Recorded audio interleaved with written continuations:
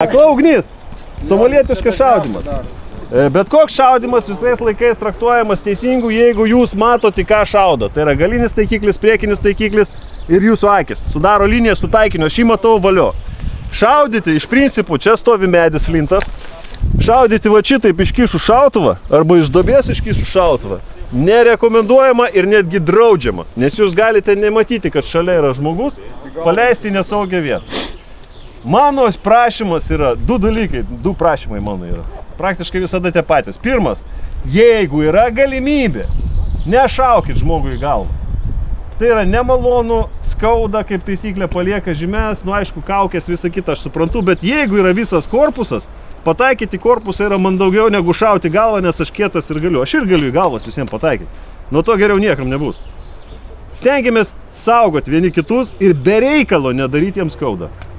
Ypač jeigu šaudoti žmogų ir jis kilstelėjo ranką, viskas, nutraukit ugnį. Nevarykit toliau, kad įsitikint, kad jis atsistoja, išėjo iš miško, išsitraukė raudoną liemenę ir dar paprašė 3 kartus, kad nebešaudytume. To nedarom.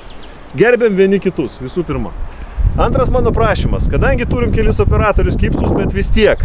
Renginy yra tokių situacijų, kurias jie neplakstys, nepamatys. Jeigu jūs turit prie savęs telefoną, jeigu jūs turit liemenę, esat nušauti ir einate link mirimo zonos arba laukiat kažkokio, tai sakykim, pasikeitimo. Ir jūs matot šalia žmonės lakstančius. Išsitraukit tą telefoną, padarykit 2-3 nuotraukas. Įmesit į kanalą, padarysim bendrą, visiems smagu. Jeigu jūs kažką nufotkinsit, kažkas jūs nufotkins. Visiems bus smagiau nuo to atsiminti. Ok? Ar yra klausimų? Nėra.